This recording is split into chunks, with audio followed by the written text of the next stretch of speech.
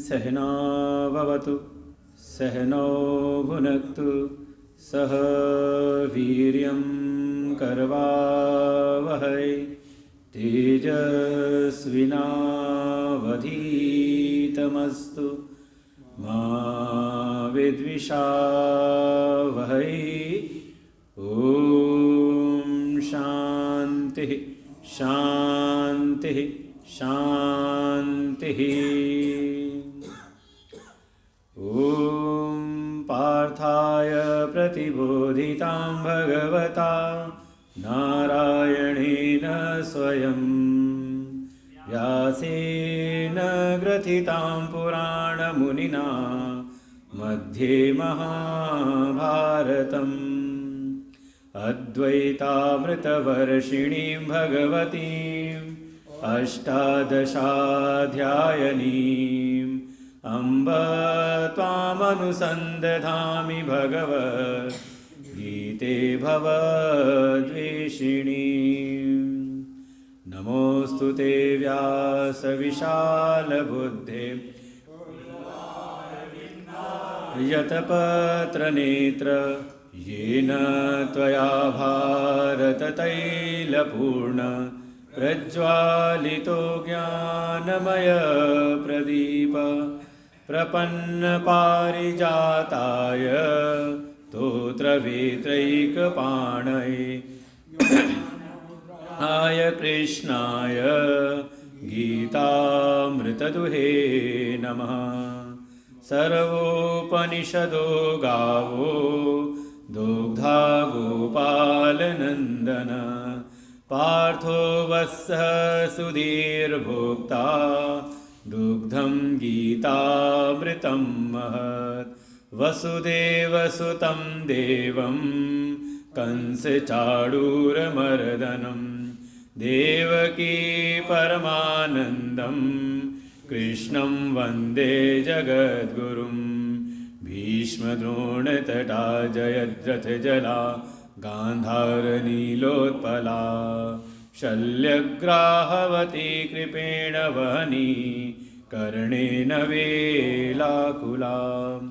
अश्वत्थामविकर्णघोरमकरा दुर्योधनावर्तिनी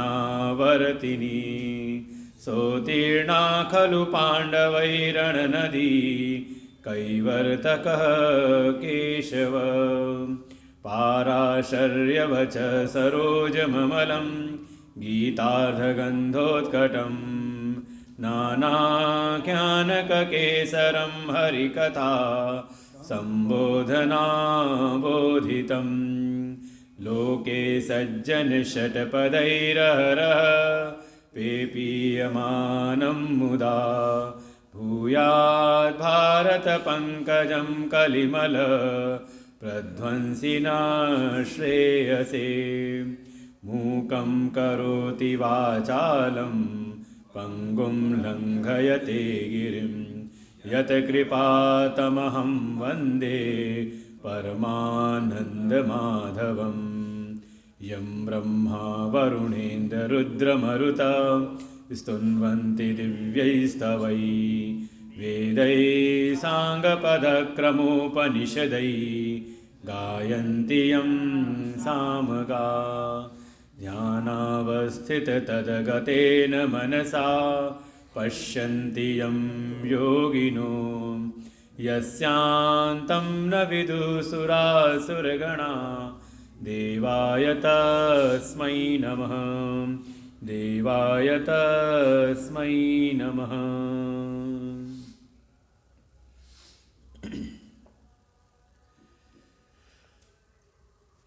अनंत कोटि ब्रह्मांड नायक परात्पर ब्रह्म सच्चिदानंद घन परात्पर ब्रह्म परम पुरुषोत्तम भगवान श्री कृष्ण जी के चरणों में कोटशः नमन।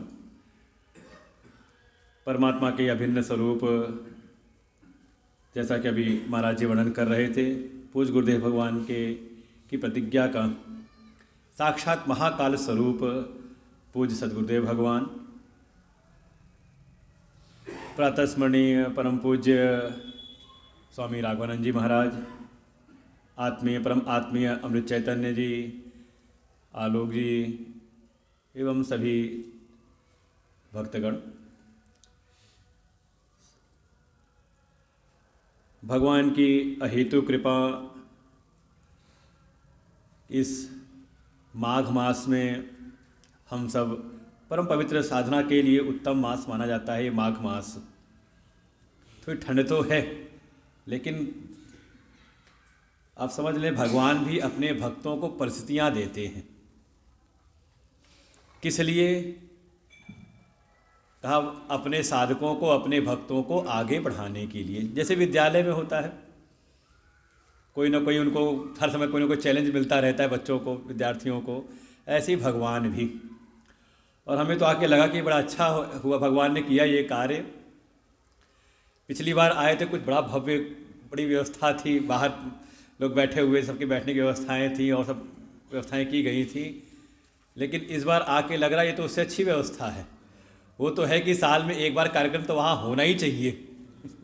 पूज्य गुरुदेव भगवान आ जाएं, अति उत्तम, जैसा उनका संकल्प है सभा शंकर पांडे जी का। लेकिन ये तो बड़ा अच्छा स्थान है और बाहर बोर्ड भी लग गया है। पिछली बार था आशा पैलेस, इस बार आशा कोचिंग सेंटर। हमने आते ही कहा कि हम पहली दूसरी कक्षा पढ़ा सकते हैं। और बाकी जिसको पढ़ना हो तो क्यों हो नहीं सकता, जब भी समय खाली हो आकर के यहाँ बैठ जाए।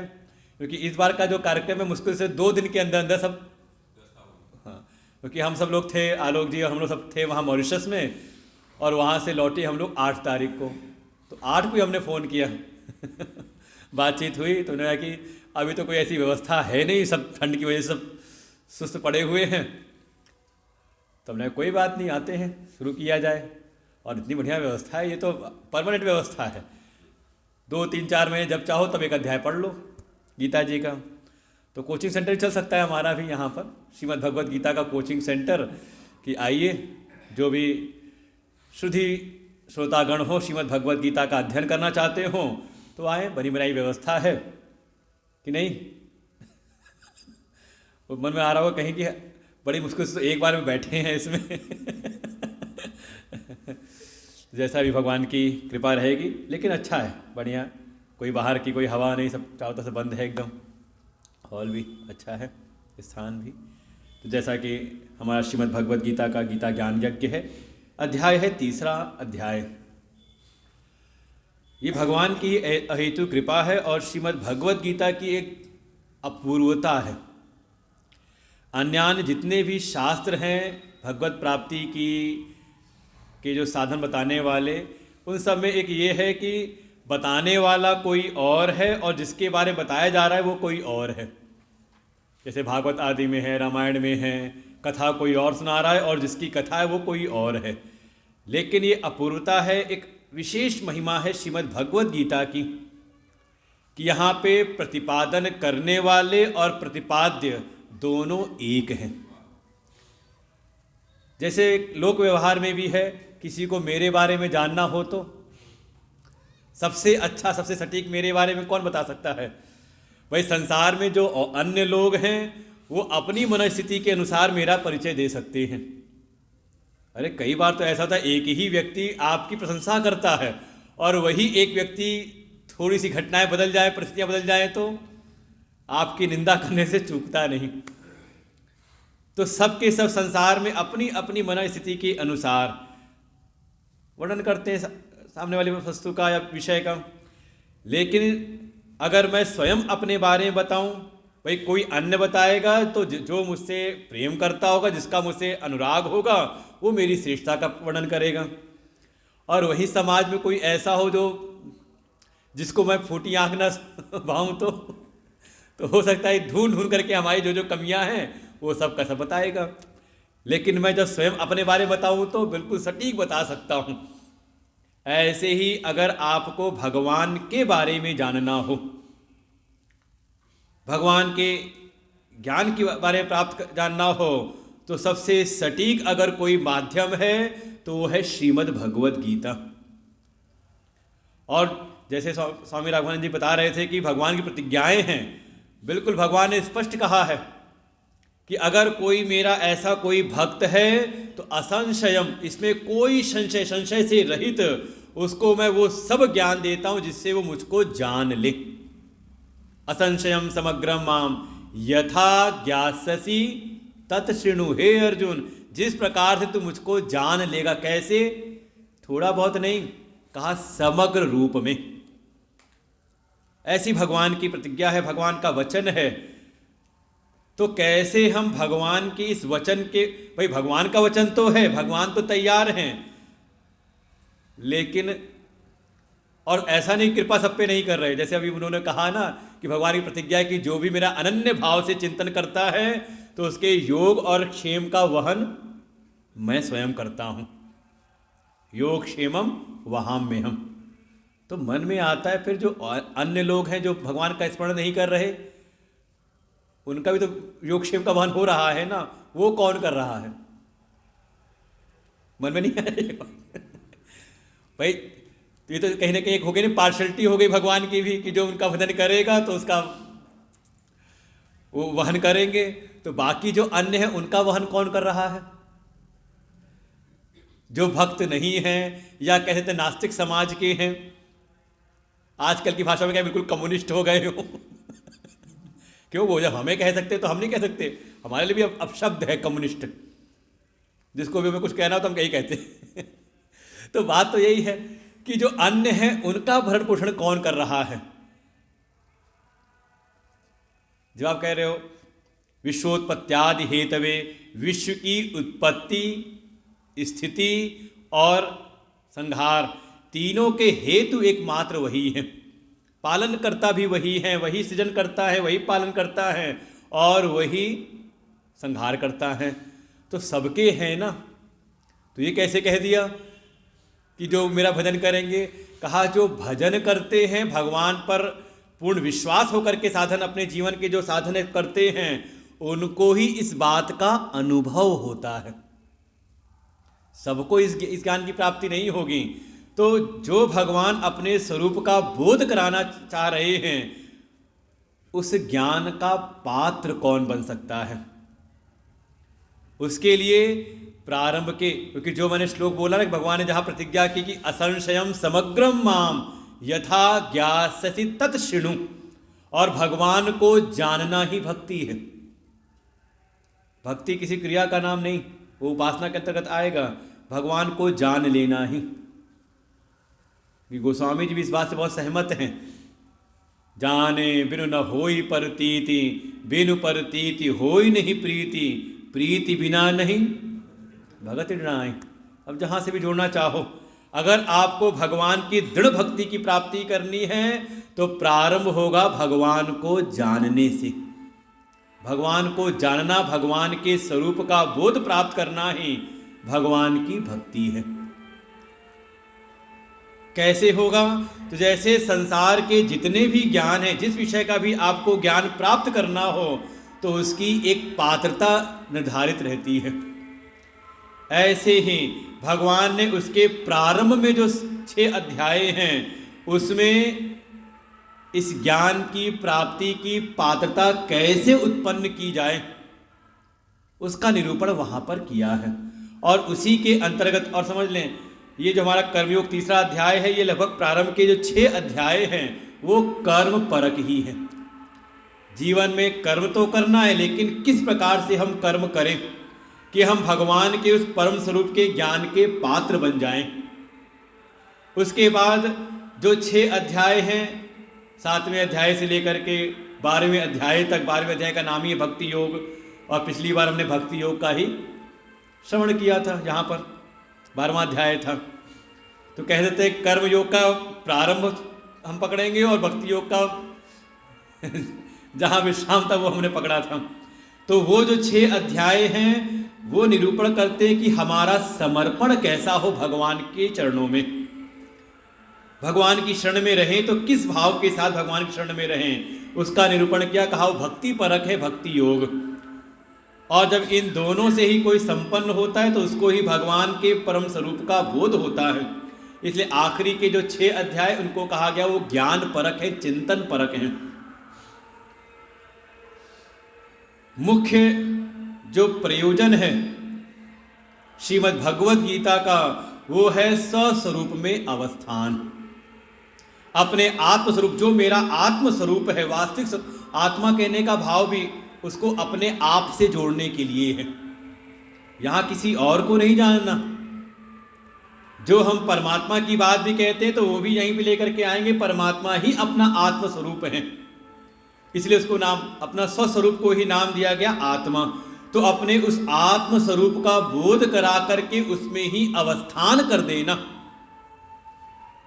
उसमें ही बिल्कुल निष्ठा पूर्वक बैठा देना, यही श्रीमद् भगवद गीता का परम प्रयोजन है। जैसे अभी आप सब बैठे हो, कहां पर? कहीं ना कहीं बैठे हैं। वही कहा ना, स्वरूप में अवस्थान कराया जाएगा, पहुंचाया जाएगा, प्रवेश कराया जाएगा। कहां से? कहा जहां जहां पर भी हम अभी बैठे हुए हैं। कहां कहां पर? तो आप कह सकते हो, कोई अगर कहता है कि मैं बहुत विद्वान हूं, बहुत बुद्धिमान हूं, और बुद्धिमत्ता की बात कर रहा है और बुद्धि का अभिमान किया हुआ है, तो कहां बैठा है?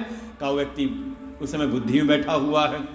कोई अपने भीतर कहे कि मैं बहुत सुखी हूं, मैं दुखी हूं, तो कहीं ना कहीं वो मन के स्तर पर बैठा हुआ है। कोई बहुत ज़्यादा भोजन पानी की चिंता जिसके मन में ज़्यादा रहती हो, तो कहीं ना कहीं वो प्राण स्थानीय है, इसे प्राणों में निवास कर रहा है। और जो थोड़ा और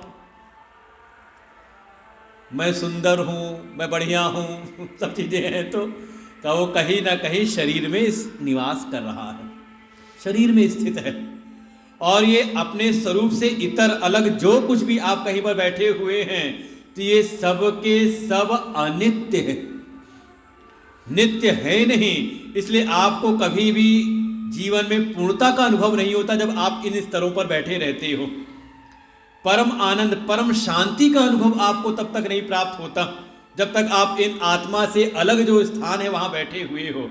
और केवल देह तक ही नहीं, इससे भी अलग चीजें हैं। कोई घर परिवार में ही बैठा हुआ है तो घर परिवार वाले सुखी, तो कहता है बस मैं भी सुखी हूं।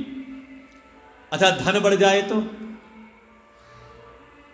मन होता है कि नहीं हम बड़े धनी हो गए, धनवान हो गए हैं, तो कह सकते हैं कि कहीं ना कहीं हम धन में अवस्थान करके बैठे हैं, धन की बढ़ोतरी से अपनी बढ़ोतरी समझते हैं। और धन अगर कुछ कम हो जाए तो लगता है कि हाँ कुछ अब जीवन में कुछ कमी आ गई, मैं कुछ घट सा गया हूं।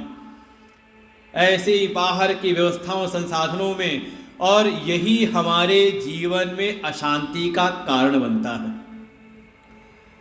जो सुख है, जो शांति है, वो तो अपना वास्तविक स्वरूप ही है। जो जीवन में अशांति और दुख है, उसका कारण यही है कि हम अपने स्वरूप से भटक करके कहीं और संसार के इन विषयों में अटक गए हैं। श्रीमद् भगवद गीता का परम प्रयोजन, भगवान का यही प्रयोजन है उपदेश करने का, कि जो भी इस ज्ञान का श्रवण करता है, जो श्रोता है, इस ज्ञान का श्रवण करके अपने आप को अपने आत्म स्वरूप में अवस्थान करा दे। और यही है, जब भगवान ने अर्जुन को उपदेश किया तो अर्जुन ने 18 अध्यायों की गीता का श्रवण किया और अपनी निष्पत्ति यही प्रकट की। नष्टो मोह स्मृतिर्लब्ध्वा त्वत्प्रसादात्म्याच्युतः स्थितो अस्मि गत संदेह करिष्ये वचनम तव। हे प्रभु, ये जो अज्ञान जनित मोह था, वो मेरे भीतर का सारा अज्ञान, वो मोह नष्ट हो गया। मुझको अपने स्वरूप की स्मृति हो आई है कि मैं कौन हूं। देखें, हम सब भूले हुए हैं, भूले भटके हुए हैं अपने आप स्वरूप से, अपने चैतन्य स्वरूप से। अर्जुन कहता है मुझको अपने स्वरूप की स्मृति हो आई है कि मैं कौन हूं। और केवल स्मरण ही नहीं हुआ, केवल ज्ञान ही नहीं हुआ, बल्कि इसितो अस्मि, मैं अपने उस आत्म स्वरूप में अवस्थान कर गया हूं। बिल्कुल पक्का पक्का मुझको निश्चय हो गया है कि मैं कौन हूं। अब मेरे चित्त में किसी प्रकार का कोई संदेह, कोई संशय अब नहीं रहा। ऐसे ज्ञान की प्राप्ति अर्जुन को हो जाती है इस गीता के श्रवण के द्वारा। तो यही इसका प्रयोजन है। कैसे होगा ये प्रयोजन सिद्ध कैसे होगा? तो इस प्रयोजन की सिद्धि के लिए ही भगवान ने यहाँ पर जो उपदेश किया है, वो उपदेश किया है ब्रह्म विद्या का। इसलिए आप हर अध्याय के बाद देखें तो पंक्ति आती है, ओम तत्सदिति श्रीमद्भगवद्गीतासु उपनिषत्सु ब्रह्म विद्यायां योग शास्त्रे श्री कृष्णार्जुन संवादे कृष्णार्जुन संवादे कर्म योगो नाम तृतीयो अध्याय। इस बार का तीसरा अध्याय है।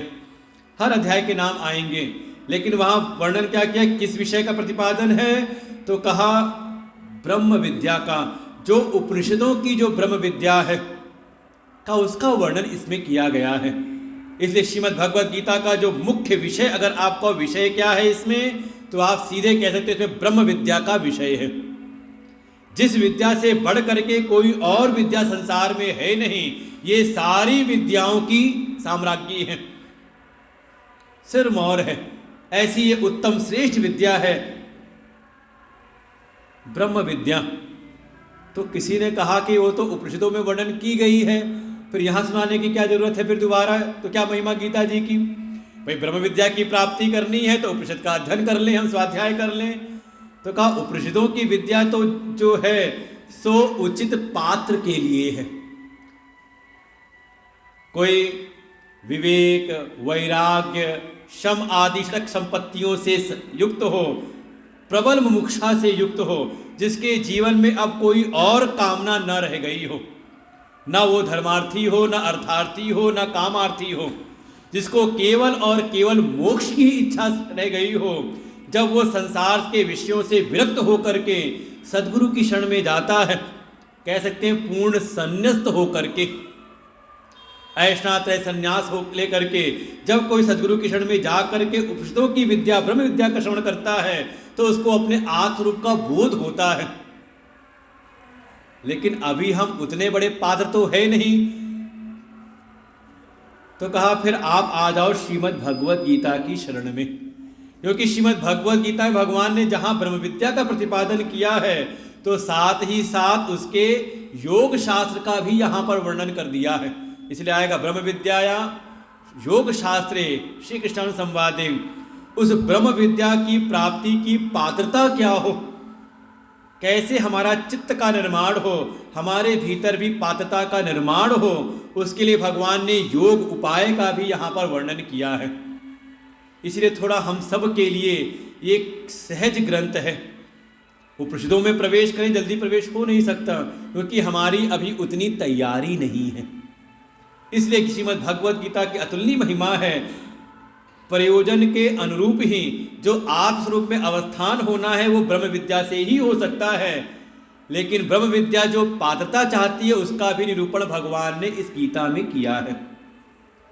इसीलिए इस श्रीमद् भगवद गीता का श्रवण करते करते ही अगर कोई योग्य अधिकारी हो, कैसा अधिकारी, देखिए यहाँ उपनिषदों वाली अधिकारित्व की बात नहीं है, यहाँ बहुत विवेक जगा हुआ हो ऐसी आवश्यकता नहीं, परम विरक्त हो का ऐसी भी कोई आवश्यकता नहीं, फिर जीवन में शम, दम, उपरति, तितिक्षा, श्रद्धा, समाधान, ये 6 संपत्तियां हों और प्रबल मुमुक्षा, ऐसी बात नहीं कही।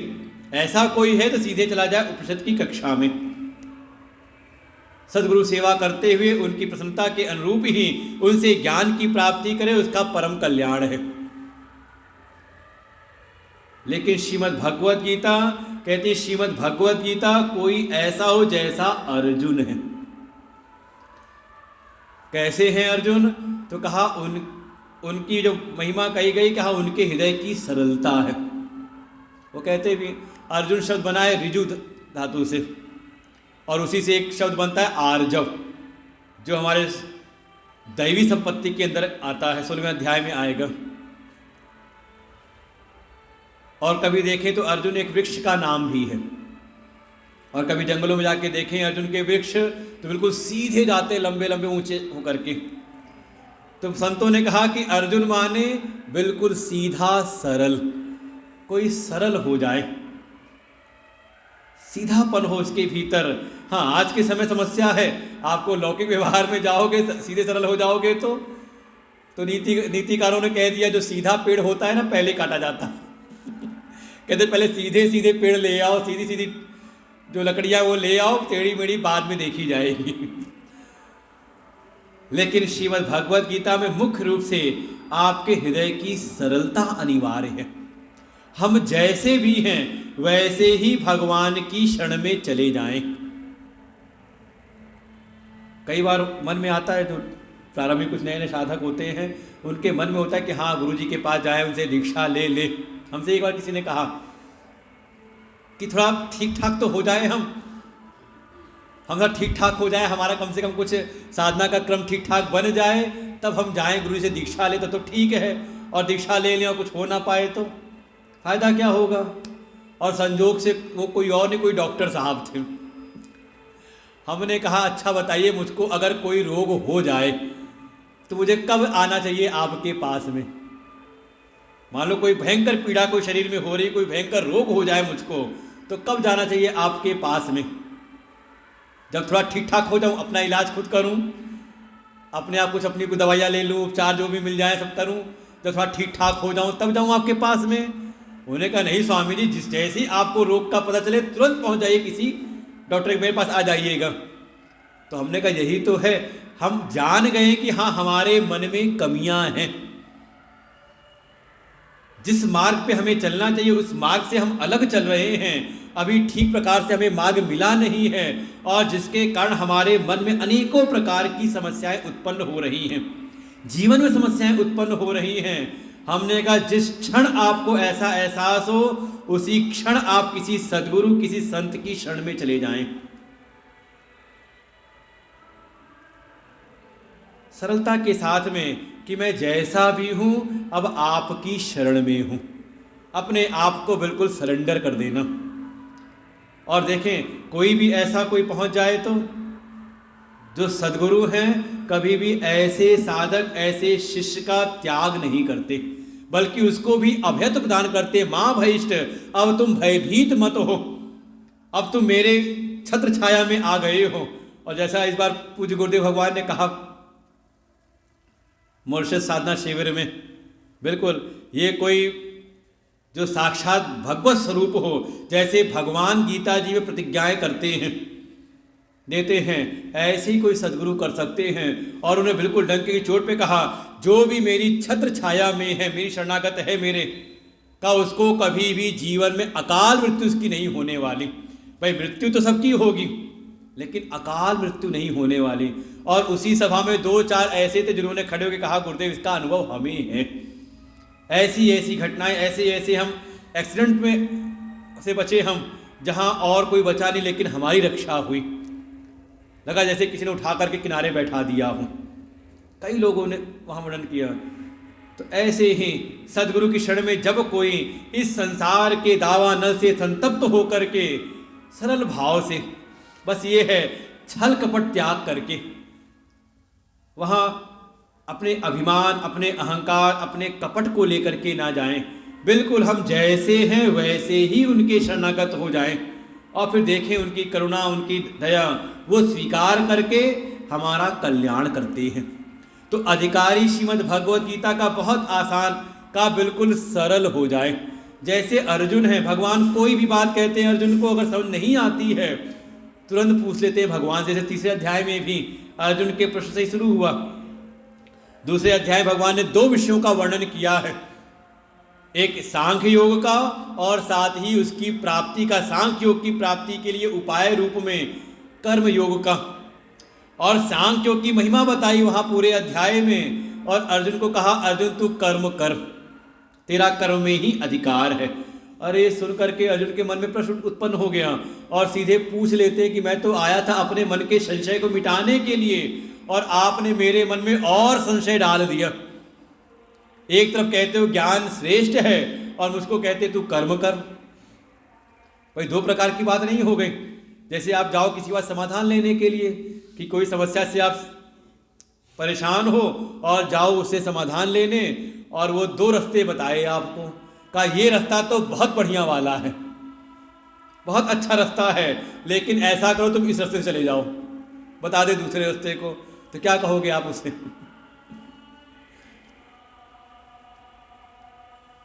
अर्जुन के भीतर की सरलता है, जहां पे भगवान ने आगे अगले अध्याय फिर कहते हैं अर्जुन ये जो ज्ञान तुझको मैं दे रहा हूं इसको आसान मत समझना, थोड़ा इसको महत्व बुद्धि से ग्रहण करो। क्यों? क्योंकि इस ज्ञान को मैंने ही सृष्टि के प्रारंभ में सूर्य को दिया था। सूर्य ने अपने पुत्र वैवस्वत मनु को दिया था, उसने अपने पुत्र इक्ष्वाकु को दिया था, और ऐसे ही राजर्षियों की परंपरा में ये ज्ञान प्रवाहित होता रहा। अर्जुन ने जैसे पकड़ ली बात भगवान की, कहा ये कौन सी गप लगा रहे हो? आप कह रहे हो आपने सृष्टि के प्रारंभ में सूर्य को ये ज्ञान दिया था, आपका जन्म तो अभी हुआ है, अभी द्वापर, इसी द्वापर युग में, हमसे कुछ वर्ष आप बड़े हो, और ये आप कह रहे हो आपने सूर्य को दिया था। तो कथम एतद् विजानीयाम, मैं इसको कैसे जानूं? बिल्कुल भोलेपन के साथ में, सरलता के साथ में, और कोई सरल हो जाए तो। अभी का अनुभव था, एक शिविर में हमारे साथ एक गया हुआ था एक बच्चा वो जब कोई बात हो बिल्कुल सरल, पहली बार ही शिविर में गया था, लेकिन जब गुरुदेव कुछ बात उसे कहे, डांटने की कोशिश भी करे उसको किसी की गलती पे, वो इतने भोलेपन से जवाब देते, गुरुजी भी हंसने लगते उसकी बात को सुन करके दिव्यांश तो क्या है, सरल से सरल। देखें, कभी भी आपको जब भी कहीं समस्या होगी सद्गुरु शरण में, तो कहीं ना कहीं अपने अभिमान के कारण ही, क्योंकि जैसा भगवान का स्वरूप है वही सद्गुरु का भी स्वरूप है। और भगवान के बारे में तो कहा गया, जन अभिमान न राखे हैं काऊ। जैसे भगवान अपने कोई जन जिसको अपना मान लेते हैं, उसके भीतर अभिमान नहीं टिकने देते। ऐसे ही सद्गुरु भी जिसको भी अपनी शरण में ले लेते हैं, जिसके जीवन की जिम्मेदारी का वहन वो कर लेते हैं, तो उसके भीतर अगर थोड़ा सा भी अभिमान कहीं दिखाई दे तो तुरंत उस पर प्रहार करते हैं। इसका अनुभव अच्छा हुआ है, सारी घटनाएं हमारे उस शिविर में हुई इसलिए कहते हैं गुरुदेव के साथ रहने में परम आनंद है। हर एक चीज आपको, हर एक परिस्थितियों का अनुभव आपको उनके साथ में हो जाता है। ये है सद्गुरु की महिमा। बस वहां पर सरलता के साथ में जाएं, जैसे अर्जुन गए, सरल भाव के साथ में सरल से सरल बन जाएं। और वास्तव में ये सरलता भी आपको सीखने को मिलेगी किसी संत के द्वारा ही, किसी सिद्ध महापुरुष के बारे में ही के साथ ही आपको सीखने को मिलेगा, क्योंकि सिद्ध महापुरुषों में ही ये सरलता का गुण विद्यमान रहता है। सरल से सरल, और केवल सरलता ही नहीं, कभी पूज्य गुरुदेव भगवान ने सुनाया महापुरुषों के भीतर 3 लक्षण उन्होंने बताए, और वास्तव में दिखाई देता है सजग, सहज और सरल। और ये बिल्कुल आप जाके देखें कहीं पर भी किसी महापुरुष के पास में यही उनकी पहचान है कि सजग से सजग है, हर समय एक एक चीज के प्रति उनकी सजगता रहती है। जो हमें अनुभव भी ना हो, हम सोच भी ना सकें, वो भी बातें उनको बिल्कुल उसके प्रति भी सजग रहते हैं। इतने लोगों को लेकर के विदेश यात्रा में चले जाना, और आप मानोगे नहीं, एक जरा सी भी कहीं कोई समस्या नहीं हुई, चाहे अपने देश से में यात्रा थी, चाहे विदेश में चले गए, कहीं भी जरा सी भी कोई समस्या नहीं। इतने सजग, हर एक चीज के लिए, हर एक बात के लिए सजग, और सजग के साथ में अत्यंत ही सहज और सरल, कि कोई भी जाकर के, कैसे भी जाकर के उनसे जाकर के मिल सकता है। ऐसे सद्गुरु की कृपा मिल जाए, उनकी शरण मिल जाए, बस साधक जाए कैसे, कहा अर्जुन के जैसे सरल बन करके। तो परिणाम कैसा है, कहा बिल्कुल गीता जी का जो परिणाम है, जो फल है, वो तत्काल प्राप्त होता है। सुनते सुनते ही, ऐसा नहीं कि बहुत कुछ करना पड़ेगा, बड़ी साधना करनी पड़ेगी। आप सरल भाव के साथ में किसी सद्गुरु की शरण में चले जाएं, और उनसे इस ब्रह्म विद्या के साथ में जो योग शास्त्र का वर्णन किया है, इसका अगर आप श्रवण करें, तो श्रवण करते करते ही आपको अपने आत्म स्वरूप का अनुभव ही नहीं, बल्कि उसमें अवस्थान हो जाता है, जैसा अर्जुन के जीवन में हुआ। भगवान के श्रीमुख से गीता सुनते सुनते ही अर्जुन को अपने स्वरूप में अवस्थित हो जाते हैं। स्पष्ट कहते हैं, स्थितो अस्मि कत संदेह, हे प्रभु आपकी कृपा से मैं अपने स्वरूप में स्थित हो गया हूँ, अब मुझे कोई किसी बात का कोई डर नहीं, कोई भय नहीं, अब आप जैसा कहेंगे मैं वैसा ही करूँगा। और पुनः अपने कर्तव्य पथ पर लग गए। यही श्रीमद् भगवद गीता की महिमा है। जो अपने कर्तव्य पथ पर बिल्कुल संशयग्रस्त हो जाता है, हमारे पूज्य दादा गुरुदेव एक शब्द देते थे, किम कर्तव्य विमूढ़।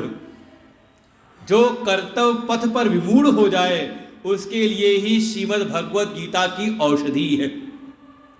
जिसको अपने कर्तव्य की समझ ना आए, मोहित सा हो जाए कि मैं क्या करूं, तो हर क्षण हर कदम पर आपको अपने कर्तव्य का बोध कराने वाली औषधि श्रीमद् भगवद गीता है। जो कोई भी इसका निरंतर सेवन करता है उसको कभी भी कर्तव्य पथ पर मोह नहीं होता। वो अपने आत्मस्वरूप में अवस्थित होकर के अपने जो भी कर्तव्य हैं उनका अच्छी प्रकार से, वो जिस परिवेश में है, जिस क्षेत्र में है, कहा वो वहां उसको श्रेष्ठता की प्राप्ति होती है।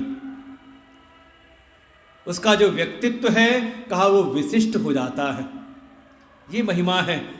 केवल ये जंगलों की विद्या नहीं कि हाँ जंगल में गए कोई साधना करने विरक्त हो करके, वो तो है उपनिषदों की विद्या। कहा ये श्रीमद् भगवद गीता तो वो है, कहा उसको स्वरूप का बोध करा करके उसको समाज के कहते हैं कार्यों के लिए उसको उपस्थित कर देती है कि उसका अपना तो कल्याण है ही, पूरे समाज का कल्याण उसके द्वारा होता है। ऐसा उसका व्यक्तित्व बन जाता है। ऐसी श्रीमद् भगवद गीता है। भगवान की अहेतु कृपा कि हमें ये गीता का ज्ञान सुनने को प्राप्त हो रहा है। जैसा कि विषय है इस बार का कर्म योग, लक्ष्य है स्वरूप में अवस्थान। ये तो पक्का रखें एकदम। अपने आत्म स्वरूप में अवस्थान करने के उपरांत ही जीव को परम शांति की, परम आनंद की अनुभूति हो सकती है। जब तक वो आत्मविद्या को नहीं जानता तब तक चाहे संसार की में कुछ भी प्राप्त कर ले।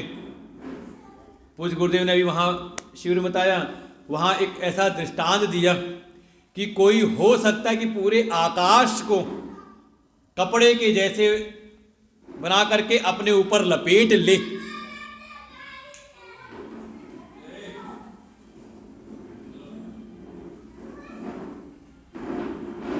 बाहर का शोर ठीक है, अंदर वाला नहीं।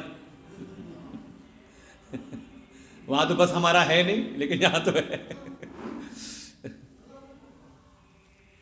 कोई पूरे आकाश को भी वस्त्र के समान अपने शरीर पे आच्छादित कर ले तो हो सकता है बिना आत्मज्ञान के उसको परमानंद मिल जाए। है ना आसान काम? तो जाओ आकाश को लपेट लो अपने शरीर पे कपड़े के जैसे। कहा जैसे वो कार्य असंभव है, कोई भी आकाश को वस्त्र के समान अपने शरीर पे नहीं लपेट सकता, जैसे वो कार्य असंभव है, ऐसे ही बिना आत्मज्ञान के, बिना आत्मस्वरूप के बोध के, बिना आत्मस्वरूप में अवस्थान किए कोई परम आनंद की अनुभूति कर ले, कहा ये संभव नहीं है।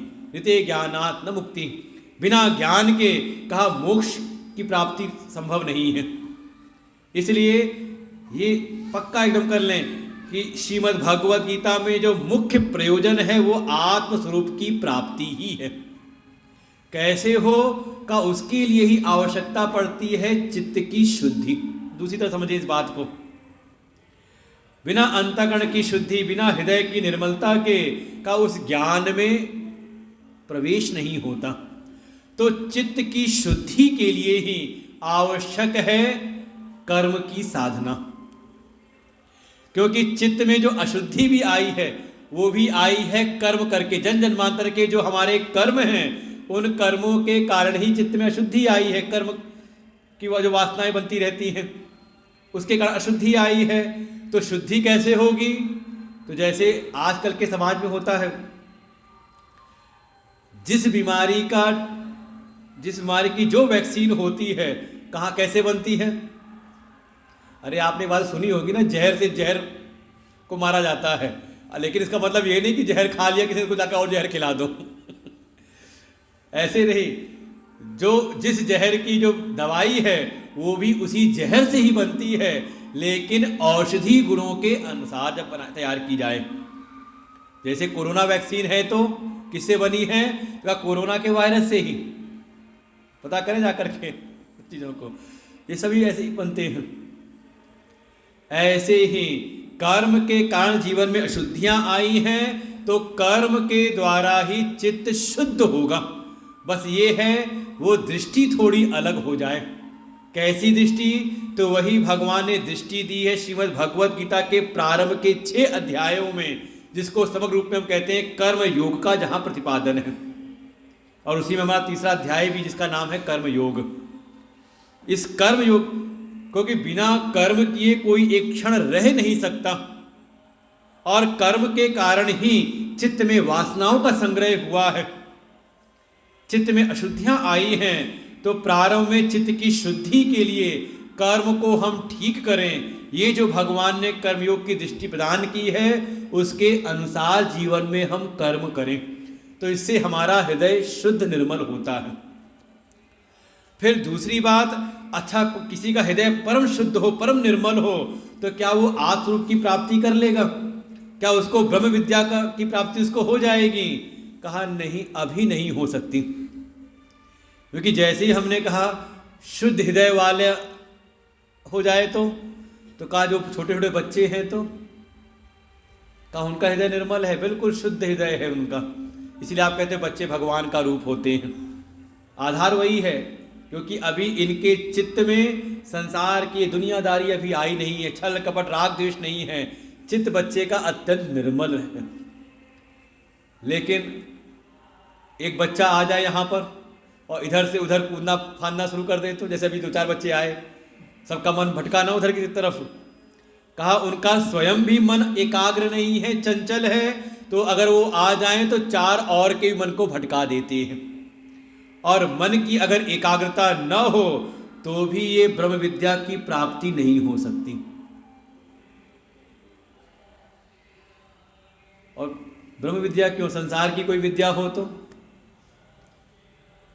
जो अध्यापक है कक्षा में जाते पहला काम क्या होता है? सबको शांति से बैठाना है ना।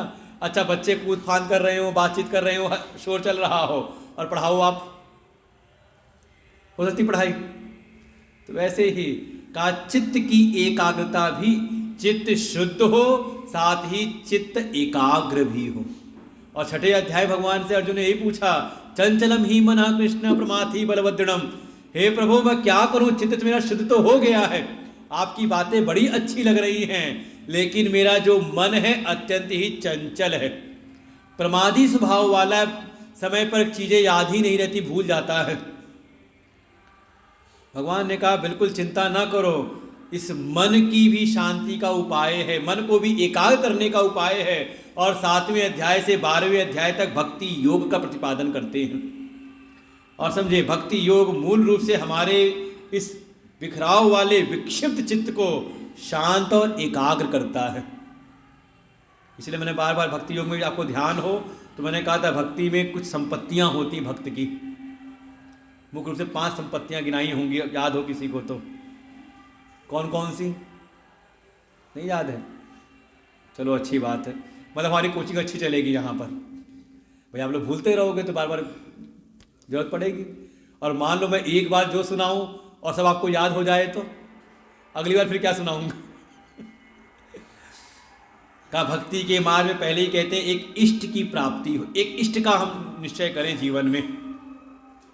सभी भगवान के जो स्वरूप है सब भगवत के स्वरूप श्रेष्ठ हैं, लेकिन हमारा समर्पण किसी एक के प्रति हो। इसे कहा इष्ट देव की प्राप्ति, एक इष्ट देव का चयन हो जाए जीवन में, का ये पहली संपत्ति है। फिर दूसरा कहा किसी एक सद्गुरु की प्राप्ति, सभी संत आदरणीय वंदनीय हैं, लेकिन हमारी प्रमाण बुद्धि किसी एक में टिक जाए, का उसे कहा सद्गुरु की प्राप्ति। फिर जो भी मंत्र हैं सबके सब कल्याण करने वाले हैं, लेकिन हमारा निश्चय किसी एक मंत्र में हो जाए, जो सद्गुरु से प्राप्त हुआ मंत्र है का उसी के प्रति हमारी निष्ठा हो जाए। चौथा कहा किसी एक ग्रंथ के प्रति भी, किसी एक शास्त्र के प्रति भी हमारी निष्ठा हो, चाहे रामचरितमानस हो उसका हम निरंतर स्वाध्याय करें, श्रीमद् भगवद गीता है, भागवत जी हैं, वेद है, उपनिषद हैं, एक शास्त्र के प्रति निष्ठा हो। और 5वां कहा जीवन में कोई एक नियम हो, कोई एक व्रत हो, जिसका हम हर परिस्थिति में उसका हम पालन करें। अर्थात जो हमारे मन का भटकाव है, भक्ति उसको एक में ला करके टिका देती है। तो चित्त की एकाग्रता की अनिवार्यता है, तो भगवान ने उसको एकाग्र कराने के लिए ही भक्ति योग की साधना का वर्णन किया है। इसलिए बार बार आप देखें, भटकाव का आधार क्या बनता है? आप कभी कहते हो मेरा शरीर भटक गया, कभी कहा आपने? क्या कहते हो? मेरा मन भटक रहा है, मेरी बुद्धि में निश्चय नहीं हो पा रहा कि मैं क्या करूं। है ना, दो ही चीजें हैं। और देखिए, ये मन और बुद्धि ऐसी है, जिसकी भी ये मन और बुद्धि एक में लग जाए तो समझ लो वो पार हो जाता है। जिस क्षेत्र में, उस क्षेत्र में आगे बढ़ जाएगा, कोई पकड़ नहीं सकता उसको। और किसी के जीवन में अगर समस्या है तो समस्या यही है, बुद्धि निश्चय किसी और चीज का करती है और मन चलता कहीं और है कि नहीं? अच्छा, भक्ति में भी ऐसा है। कोई ऐसा है, किसी ने अपनी बुद्धि भगवान में लगा रखी है, लेकिन मन कहां पर है? भगवान में नहीं है। तभी आकर के आप पूछते हो, गुरुजी क्या करें, पूजा तो करना चाहते लेकिन पूजा में मन नहीं लगता, है कि नहीं? तो हम कहें क्यों करना चाहते हो? भाई मन नहीं लग रहा, छोड़ो उसको। कहा नहीं नहीं, बुद्धि ने आश्रय बना रखा है भगवान को। बुद्धि तो भगवान में लग गई है, लेकिन मन कहीं और जा रहा है। अच्छा, कोई ऐसा है जिसका मन तो भगवान में लगा है लेकिन बुद्धि कहीं और है? नहीं है ऐसा। कोई ऐसा है, दिन भर सुबह से लेके शाम तक भगवान की पूजा, कोई उपासना, कोई व्रत, कोई नियम करने में लगा हुआ है, अपने काम भी कर रहा है, लेकिन हर समय भगवान को याद करता रहता है, लेकिन बुद्धि भगवान में नहीं है। बुद्धि कहाँ है? अच्छा, मान लो भगवान आपको अभी मिल जाए यहां पर, तो क्या मांगोगे?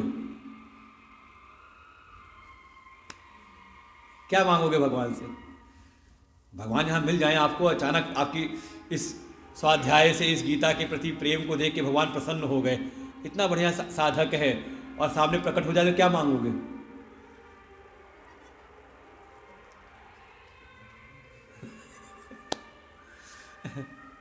कुछ तो मांगोगे ना। कोई घर परिवार की शांति मांगेगा, कोई बच्चे का भविष्य अच्छा हो जाए, कोई अपनी पढ़ाई लिखाई के लिए परीक्षा में पास हो जाए। ऐसी कोरोना चलता रहे, बिना पढ़े हम पास होते रहे बस परीक्षा के समय आ जाए, बाकी समय ठीक नहीं हुआ कि नहीं हुआ? या फिर कुछ ना कुछ मन में तो क्या है, सुबह से शाम तक मन तो भगवान में लगा हुआ है, लेकिन भगवान से भगवान को नहीं बल्कि संसार को चाहता है। और देखें, गीता जी की जो पृष्ठभूमि है जो द्वारिका में रची जाती है, वहाँ पे यही घटना घटित होती है। प्रपन्न पारिजाताय, भगवान तो बिल्कुल प्रपन्न के लिए, शरणागत के लिए कल्पवृक्ष के समान है, लेकिन शरणागत चाहता क्या है? दो विरोधी हैं, दुर्योधन और अर्जुन, दोनों गए भगवान की शरण में, और दोनों को भगवान ने अवसर दिया। दोनों संतुष्ट होकर के वापस आते, दोनों विरोधी हैं और दोनों गए भगवान की शरण में और दोनों संतुष्ट होकर के वापस आए। एक ने भगवान को चाहा तो उसको भगवान की प्राप्ति हुई, और एक ने भगवान से चाहा तो भगवान से जो चाहा था उसकी उसको प्राप्ति हो गई। उसको शक्ति सामर्थ्य चाहिए थी, शक्ति सामर्थ्य मिल गई। तो क्या तात्पर्य है? अर्जुन का क्या है, मन बुद्धि दोनों भगवान में है, लेकिन दुर्योधन का मन तो है भगवान से, में लगाव तो है भगवान से, लेकिन बुद्धि है कि उनसे कुछ प्राप्त हो जाए, उनकी शक्ति सामर्थ्य मुझको मिल जाए। तो कह सकते हैं ये मन और बुद्धि का भटकाव ही हमें जीवन में असफलताएं देता है, चाहे वो भक्ति का मार्ग हो, चाहे हमारे भौतिक जीवन का मार्ग हो। समझ लें, किसी को अगर अपने जीवन में सफलता ना मिले अपने लक्ष्य में, तो कहीं ना कहीं देखें ये डांवाडोलपन होगा। ये ज़्यादातर होता है आजकल के बच्चों में, आप देख ले, सबके भी जीवन में होगा। वो लगन नहीं, निश्चय बुद्धि ने किया कुछ और लगन, डेडिकेशन कहाँ जा रहा है, कहीं और, तो क्या होगा, समस्या उसके जीवन में बनी रहती है। इसीलिए भगवान कहते हैं, मयि एव मन आधस्व मयि बुद्धिम निवेशय मयि आसक्त मनः पार्थ योगम युञ्जन मदाश्रय। पुनः फिर भगवान कहेंगे मई अर्पित मनोबुद्धि। समझ लें, 7वें अध्याय शुरू करके 8वें में, 9वें में, 12वें तक भगवान इसी बात कहेंगे, मुझ में ही मन और बुद्धि को लगा दो। और जो लगा दे तो का उसके जीवन का भगवान कहते हैं जिम्मेदारी मेरी हो जाती है। तो यही जो हमारे मन और बुद्धि का जो भटकाव है का, जब तक ये मन बुद्धि अलग अलग भटक रहे हैं तब तक आप इस ब्रह्म विद्या में स्थिति बना नहीं सकते, प्रवेश नहीं हो सकता। इसके लिए भगवान ने भक्ति योग का उपदेश किया है हमारी चित्त की एकाग्रता के लिए। तो चित्त की निर्मलता हो, चित्त शुद्ध हो, उसके लिए कर्म की साधना, कर्मयोग। चित्त हमारा एकाग्र हो, उसके लिए भक्ति योग की साधना है। चित्त शुद्ध हो गया, एकाग्र हो गया, तो क्या ब्रह्म विद्या प्राप्त हो जाएगी? कहा नहीं। अब ये शुद्ध निर्मल किया हुआ जो एकाग्र चित्त है, अब इसके द्वारा आप ब्रह्म विद्या का विचार करो, थोड़ा अपने स्वरूप का मंथन करो, अपने स्वरूप का विचार करो।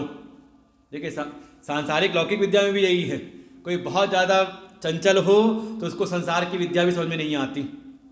इसलिए जो प्राइमरी क्लास में क्या यही सिखाया जाता है, उठना बैठना। बच्चा उठना बैठना सीख जाए, पहले वो भागता रहेगा, टीचर पकड़ के बैठाती रहेगी। लेकिन जब वो शांत हो गया, बैठना सीखना आ गया, अनुशासन आ गया, तो अब उसको विषय का ज्ञान देते हैं। ऐसे ही ये जो अपना चित्त है, इसको पहले साधना कर्मयोग के द्वारा निर्मल करें, शुद्ध करें, फिर इसको एकाग्र करें और फिर का इसमें उस ब्रह्म विद्या का चिंतन करें, ब्रह्म विद्या का ब्रह्म विचार इसमें लेकर के आएँ। इसीलिए भगवान ने 7 अध्याय जो आखिरी के हैं वो ज्ञान परक है, अपने स्वरूप का बोध कराने के लिए ही कि आत्मा ही ब्रह्म है, जो पर ब्रह्म है परमात्मा वो अपना आत्मस्वरूप ही है, अलग नहीं है। यही श्रीमद् भगवद गीता का परम प्रयोजन है। हमने पिछली बार भक्ति योग देखा, इस बार हम देखेंगे कर्म योग के जो रहस्य हैं उनको हम समझेंगे। जैसी कि पृष्ठभूमि है श्रीमद् भगवद गीता की, वंश एक ही था कुरु वंश, लेकिन सत्ता के लिए उसमें विद्रोह हुआ और 2 भाग हो गए।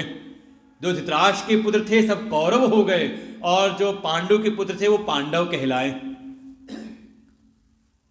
और इस हस्तिनापुर की सत्ता के लिए ही आपस में विद्रोह हुआ, विरोध हुआ और एक बात तय हो गई कि अब युद्ध के द्वारा ही निश्चय होगा कि कौन हस्तिनापुर का सम्राट होगा।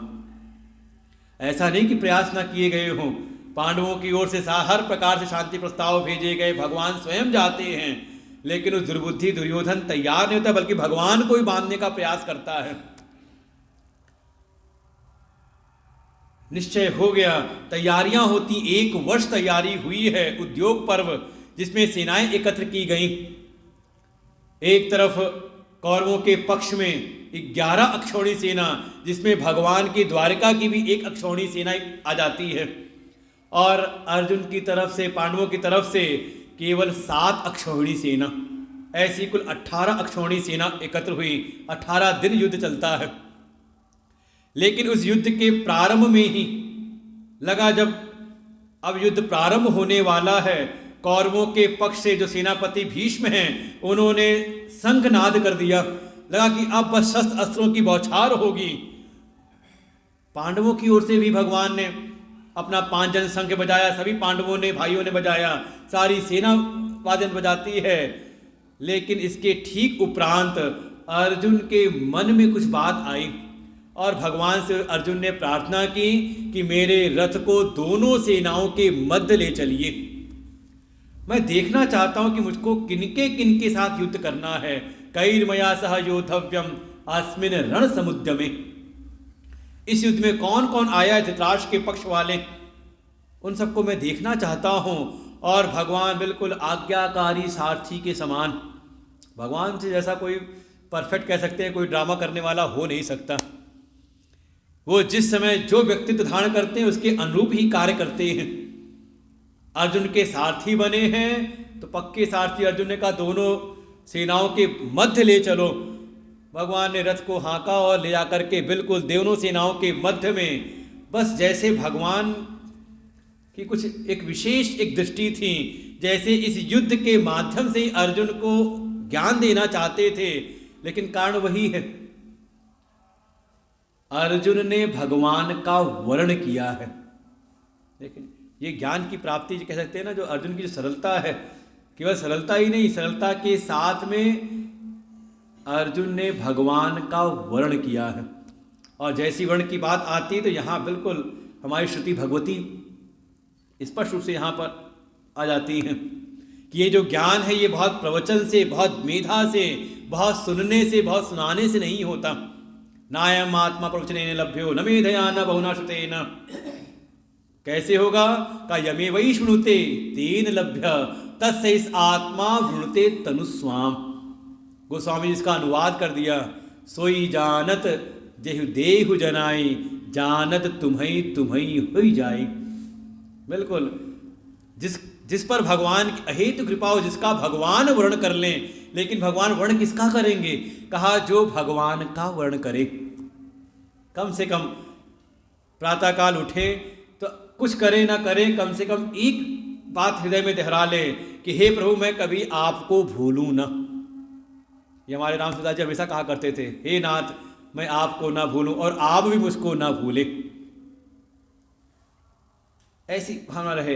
ये पहले साधक तो वर्ण करे। यही आप भागवत में कथा है चिरहरण की। गोपियों ने चिरहरण के माध्यम से भगवान का वर्ण किया और फिर भगवान अपनी गोपियों का वर्ण करते हैं महाराज के रूप में।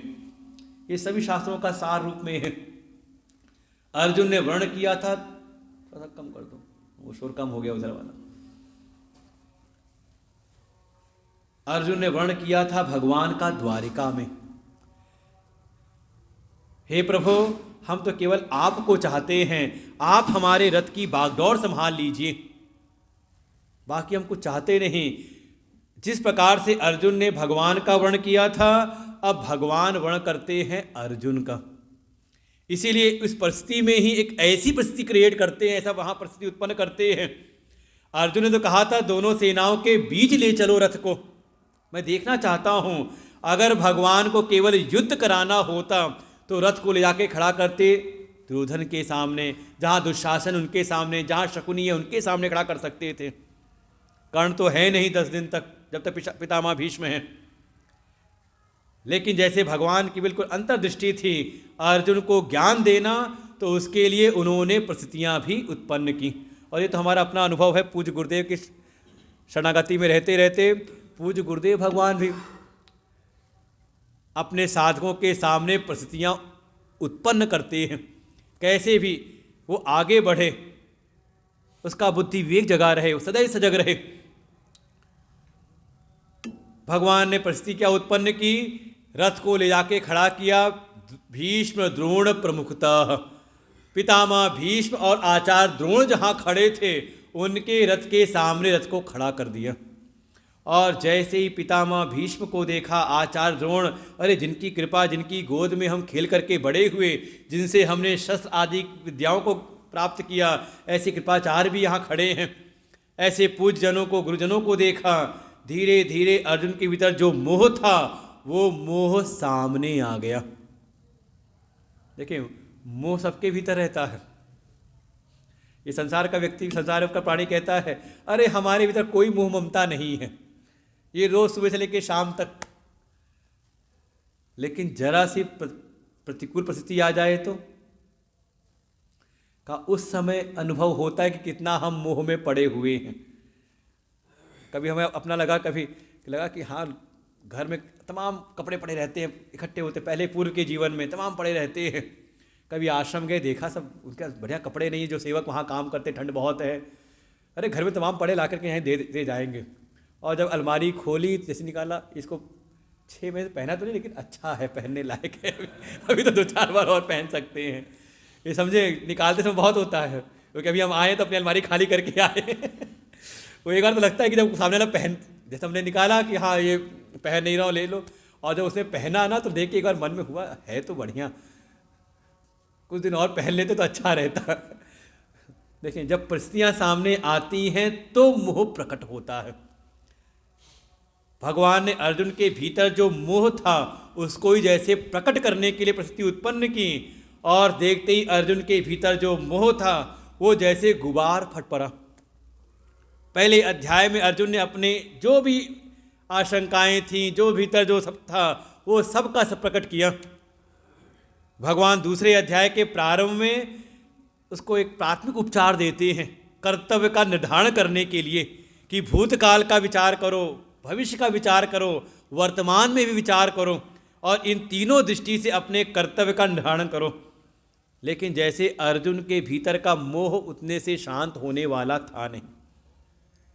और भगवान भाष्यकार पूज्यपाद भगवान शंकराचार्य तो वहाँ मोह के लक्षण दिखा दिए। ये जो पहला अध्याय और दूसरे अध्याय का प्रारंभ के 10 श्लोक हैं, वहाँ जैसे वर्णन ही किया कि यहाँ तक का जो प्रसंग है वो है अर्जुन के मोह को प्रकट करने के लिए, और अर्जुन का मोह प्रकट हुआ वहाँ पर। 4 लक्षण वहाँ मोह के दिखाए कि जब कोई मोह में ग्रस्त रहता है, मोह से ग्रसित रहता है, तो उसके भीतर 4 लक्षण प्रकट होते हैं। परधर्म अनुष्ठान, स्वधर्म का त्याग, फलासक्ति और अहंकार। ये कहते हैं अतिरेक मोह से कम वाले मोह तक के हैं। अगर किसी में तक अतिरेक है मोह का, तो वो परधर्म का अनुष्ठान, जो अपना कर्तव्य नहीं है वहाँ तो ध्यान जाता नहीं, परधर्म का अनुष्ठान करने के लिए विचार करता है। जैसे अर्जुन ने कहा इस युद्ध को करने से तो अच्छा है कि मैं भिक्षा का जीवन यापन कर लूँ, भैक्षपीह लोके, इस युद्ध को करने से तो अच्छा है कि मैं भिक्षा यापन करूँ, भिक्षाजीवी हो जाऊँ। और वास्तव में देखें जो अर्जुन का वर्ण है या जिस आश्रम में वो है, वो भिक्षा का अधिकारी नहीं, पलायन करना चाह रहा है। भगवान ने समझ लिया, देखो ये मोह का लक्षण है, परधर्म की बात कर रहा है। चलो थोड़ा भगवान ने समझाया, कुछ कम हुआ तो आखिरी कहता है ना योस इति गोविंदम, इतना कह दिया कि हे प्रभु, हे कृष्ण, मैं युद्ध नहीं करूँगा। चलो परधर्म का अनुष्ठान ना करे तो मान जाए, कहा जो करना है वो भी करने को तैयार नहीं होता। जैसे कोई विद्यार्थी हो, उसका पढ़ाई में मन ना लगे और दुनियादारी खेलकूद में मन ज़्यादा लगे तो क्या कहोगे? ठीक है, पढ़ाई में मन लगाओ अपने। अच्छा कोई ऐसा है दुनियादारी में उसका मन नहीं है लेकिन अपनी पढ़ाई भी ना करे तो? कोई दुनियादारी में जा रहा है तो कहोगे परधर्म में लग रहा है, और स्वयं की पढ़ाई अपना कार्य ना कर्तव्य ना करे अपने व्यक्तित्व के अनुसार तो कहा स्वधर्म का त्याग। अच्छा इतना भी मोह ना हो, अगर परधर्म ना करे स्वधर्म भी कर रहा हो, अगर मोह है तो तीसरा लक्षण दिखाई देता है फलेच्छा, फल की इच्छा, फल में आसक्ति, बिना फायदे के कोई काम करता नहीं। जब भी कोई काम कहो तो मेरा फायदा क्या होगा? अरे कितनी बार बच्चे को पढ़ाने के लिए भी लालच देना पड़ता है पास हो जाएगा तो साइकिल मिल जाएगी, अच्छे नंबर लाएगा तो ये चीज़ मिल जाएगी, होता है कि नहीं? का फलासक्ति, फल से युक्त होकर के वो अपने कर्तव्य में लगता है। अच्छा इतना भी मोह ना हो तो, फलासक्ति भी ना हो तो भीतर का अहंकार तैयार रहता है। देखो मैं कुछ नहीं चाहता लेकिन फिर भी सबकी सेवा करता रहता हूँ, ये सेवा का भी अहंकार बना लेते हैं। का ये 4 लक्षण अर्जुन के चित्त में देखा और भगवान उसको दूसरे अध्याय में, जैसे कोई बहुत ज़्यादा मोह में पड़ा हो तो सीधे ज्ञान नहीं, जैसे कोई बहुत विषाद से ग्रस्त हो, कोई बहुत दुखी हो, आप उसको उस समय ज्ञान की बात कहो, ज्ञान की चर्चा करो, उसको समझ में नहीं आता। कोई निराश हताश हो तो उसको फिर जीवन का कोई श्रेष्ठ लक्ष्य दिखाया जाता है, कह रहे जीवन में अभी बहुत कुछ है, तुम ये प्राप्त कर सकते हो, तुम ये कर सकते हो, अभी क्यों निराश हो गए हो? ऐसे ही दूसरे अध्याय में भगवान ने अर्जुन को लक्ष्य दिखाया, हे अर्जुन जीवन का लक्ष्य है सांख्य योग की प्राप्ति। ऐशा ब्राह्मस्ति पार्थ नई नाम प्राप्य मुह्यति स्थित्वा श्याम अंतकालेपि ब्रह्म निर्वाण मृच्छति। हे अर्जुन इस मनुष्य जीवन में एक ऐसी स्थिति है जिसको कहा ब्राह्मी स्थिति, तुम उस ब्रह्म स्थिति को प्राप्त कर लो, ब्राह्मी स्थिति को प्राप्त कर लो, क्योंकि एक बार जो उसको प्राप्त कर लेता है उसके जीवन में कभी मोह नहीं होता, वो कभी मोह को प्राप्त नहीं होता। और ऐसी स्थिति की ऐसा नहीं कि हमारा जीवन निकल गया, का अंत काल में भी, अंत समय में भी अगर उसको प्राप्त हो जाए तो उसको भी निर्वाण की प्राप्ति होती, ब्रह्म निर्वाण प्राप्त कर लेता है। और भगवान ने अर्जुन को दूसरे अध्याय में जीवन का लक्ष्य उस ज्ञान योग के बारे में वर्णन किया। बस वर्णन करते करते, सांख्य योग का उपदेश करते करते, ज्ञान योग का उपदेश करते करते भगवान ने अर्जुन को इस ज्ञान योग की प्राप्ति का जो साधन है, उपाय, उसका भी वर्णन किया। इसलिए दूसरे अध्याय का आप दो विभाग कर सकते हैं। पहला है सांख्य योग, लगभग 38 श्लोकों तक, 11वें से शुरू किया है ज्ञान योग का विषय, आत्मस्वरूप का वर्णन, और करते करते लगभग 39वें श्लोक में भगवान कहते हैं, एषा ते भीता सांख्ये बुद्धि योगे तुमाम शृणु। हे अर्जुन, यहाँ तक मैं तुझको जो उपदेश किया ये सांख्य बुद्धि है, ये ज्ञान योग की बुद्धि है। अब इसके उपरांत इसकी प्राप्ति का जो उपाय है कर्म योग, वो अब तू सुन। अच्छा, सुनाने के बाद आखिरी में फिर इस कर्म योग की बुद्धि की जो परिणति है वो लेकर के आए हैं कि इस कर्म योग के द्वारा तू वो स्थिति प्राप्त कर लेगा कि तू ज्ञान योग का पात्र बन जाएगा, तेरा चित्त परम शुद्ध हो जाएगा और तुझे इस सुने जाने योग्य जो कुछ भी विषय हैं सबसे तू निर्वेद को प्राप्त हो जाएगा। तदा गंतासि निर्वेदम, परिणति वहाँ पे दी, और तेरी बुद्धि जो है उस ज्ञान में स्थित हो जाएगी। और पुनः अर्जुन ने फिर समापन पे दूसरे अध्याय के 54वें श्लोक में फिर प्रश्न पूछा है कि ऐसे स्थित प्रज्ञ जो ज्ञानी हो गए उनके लक्षण क्या हैं, और भगवान ने 18 श्लोकों में ज्ञानियों के लक्षण बताए। तो पहले तो कहा जीवन का लक्ष्य बताया ज्ञान योग की प्राप्ति, पुनः उसके बाद उस ज्ञान योग की प्राप्ति के लिए जो पात्रता चाहिए उसके निर्माण के लिए कर्म योग की साधना, उसकी महिमा का वर्णन किया। और वर्णन करते हुए अर्जुन को कहा, हे अर्जुन तू कर्म कर, कर्मण्येव अधिकारस्ते, हे अर्जुन तेरा कर्म में ही अधिकार है, कुरु कर्मत्वम, बार बार कहते हे अर्जुन तू कर्म कर। अर्जुन के मन में यहीं से एक संशय उत्पन्न हो गया कि भगवान एक तरफ तो ज्ञान की महिमा बताते हैं कि बिना ज्ञान के जो जीवन की सार्थकता है वो हो नहीं सकती बिना ज्ञान के। एक तरफ तो ज्ञान की महिमा का वर्णन कर रहे हैं और दूसरी ओर मुझको कह रहे तू कर्म कर, ऐसा क्यों? और यही संशय का बीज जो अर्जुन के चित्त में था वो अर्जुन ने उस संशय को ही भगवान से पूछा है, और इसी से तीसरा अध्याय हमारा प्रारंभ होता है। तो हम पहले के जो 2 श्लोक हैं अर्जुन के प्रश्न, उसको आज पढ़ते हैं। अर्जुन उवाच ज्यायसी चेत् कर्मणस्ते मता बुद्धिर्जनार्दन तत्किं कर्मणि घोरे मां नियोजयसि केशव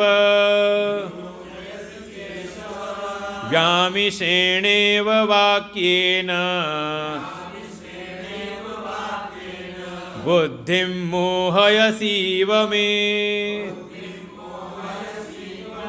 तदेकं वद निश्चित्य येन श्रेयोहमाप्नुयाम्।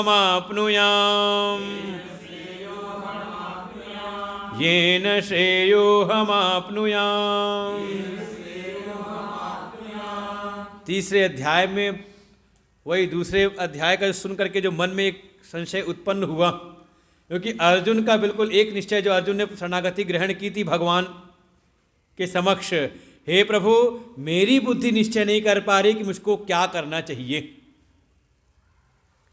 आप निश्चय करके मुझको बता दीजिए।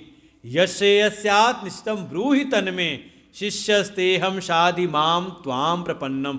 हे प्रभु मैं आपके शरण में आया हूँ, आपके शरणागत हो गया हूँ, आप मुझको अनुशासित करिए, मुझको शिक्षित करिए। मैं शिष्य भाव से आपके पास आया हूँ, आप मुझको निश्चित करके वो मार्ग बताइए जिसमें मेरा परम कल्याण हो, मुझको श्रेय की प्राप्ति हो। जब भगवान ने 2 बातें कहीं, 2 प्रकार के विषय बताए, अर्जुन ने पुनः पूछा, हे प्रभु एक तब तो आप कहते हो ज्यायसी, जो बुद्धि का जो ज्ञान का मार्ग है वो श्रेष्ठ है, किससे? कहा कर्म से। तो फिर प्रभु मुझको क्यों कर्म में लगाते हो? तत्किम कर्मणि घोरे माम, घोरे कर्मणि। हे प्रभु फिर मुझको इस घोर कर्म में, और कर्म भी कैसा है? हिंसा से युक्त कर्म है। कोई ऐसा नहीं कि कोई भंडारे कराने हैं, बड़े बड़े सबकी सेवा करनी है, कहा दूसरों की हिंसा करनी है, ऐसे ही घोर कर्म में क्यों लगाते हैं? किम नियोजसी, आप मुझको क्यों लगा रहे हैं? हे प्रभु मैं तो आपके पास आया था अपने बुद्धि के मोह को मिटाने के लिए, लेकिन आप कैसी मिली जुली हुई सी बातें कर रहे हो। लेकिन देखिए पूछने का तरीका भी बहुत सही है। दो बात हो जाती, सीधे कहते अर्जुन ये क्या मिली जुली बात कर रहे हो, और उसी में थोड़ा सा अंतर कर दिया, क्या मिली जुली हुई सी बातें कर रहे हो। अंतर आया कि नहीं आया दोनों बातों में? इसलिए समझे, प्रश्न भी करना हो तो वो भी हमें शास्त्रों से सीखना पड़ता है। अर्जुन ने कहना चाह रहे हैं, हे प्रभु ये जो आपने बताया मुझको, ये आपने भले होता मुझ बिल्कुल स्पष्ट अलग अलग बताया हो, समझाया हो आपने अपने अनुसार, लेकिन ये जो मेरी बुद्धि है ना, ये अभी इतनी ज़्यादा कुशाग्र नहीं है। मुझको आपकी ये दोनों बातें मिली जुली हुई सी लग रही हैं। व्यामि श्रेणेव इव वाक्य न, मुझको आपकी ये बातें जो हैं बिल्कुल मिली जुली हुई सी लग रही हैं। मैं तो आया था अपनी बुद्धि का मोह मिटाने के लिए, लेकिन ये आपकी बातें मेरी बुद्धि को और ज़्यादा मोहित सी कर रही हैं। इसलिए हर जगह इव लगाया है। बुद्धि मोहय ईव में, ये मेरी बुद्धि को मोहित सी कर रही हैं। हे प्रभु मैं तो पहले ही कहा था आपसे कि आप मुझको वो एक मार्ग बताइए निश्चित करके जिसमें मेरा कल्याण हो। और अर्जुन अपने इस बात से अभी तक डिगे नहीं।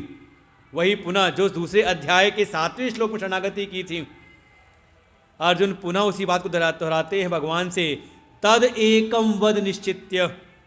हे प्रभु आप मुझको वो एक मार्ग बताइए निश्चित करके, आप निश्चित कर दो, मेरे पर मत छोड़ो कि हाँ अब तो दो बातें बता दी तो सोच लो। जैसे कई बार होता है कि हम गए किसी कुछ पूछने के लिए, उससे दोनों बातें बताई, इसका ये फ़ायदा है, इसका ये फ़ायदा, बाकी तुम्हारी जो मर्जी सो करो। क्या हुआ? ये गुरु के साथ बहुत होता है। हम लोग जब कभी जाते हैं कई बार गुरुदेव कहेंगे कि हाँ तुम्हें जो समझ में आए वो कर लो, और वो सबसे बड़ी समस्या लगती है उस समय, चिंता की बात। गुरुदेव सीधे कहते हैं ये काम करना है तो बड़ा आसान लगता है वो काम, चाहे कठिन से कठिन काम भी हो वो काम आसान लगता है। और जब कहते तुम्हें जो समझ में आए देख लो, तुम्हारे ऊपर छोड़ दिया है।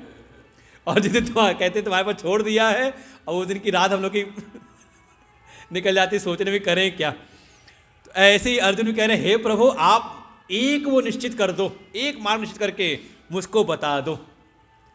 बस लक्ष्य क्या है? येन श्रेयो हम आपनुयाम, जिसमें मेरा श्रेय हो, मुझको श्रेय की प्राप्ति हो, वो आप मुझको बताइए।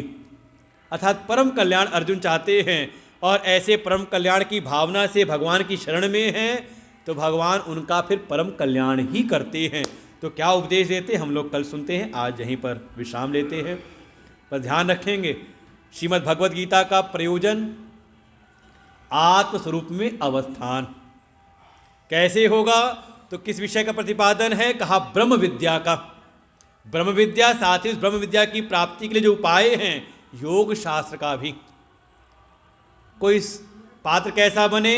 कहा सरल हो जाए, सरलता के साथ में शरणागति ग्रहण करे तो सुनते सुनते ही उसको अपने आत्म रूप में अवस्थान हो जाता है। यही श्रीमद् भगवद गीता की अपूर्वता है कि इसमें जिनका प्रतिपादन किया गया है, प्रतिपादन करने वाले भी वही हैं। भगवान के द्वारा ही भगवान के विषय में यहाँ पर बोध कराया गया है, इसलिए इससे सटीक कोई और ज्ञान आपको मिल नहीं सकता। तो भगवान की कृपा से हम लोग आगे कल सुनते हैं। ओम पूर्णमदः पूर्णमिदं पूर्णात् पूर्णमुदच्यते पूर्णस्य पूर्णमादाय पूर्णमेवावशिष्यते। ओम शांति शांति शांति। हरि ओम। श्री गुरुभ्यो नमः। हरि ओम। आरती के लिए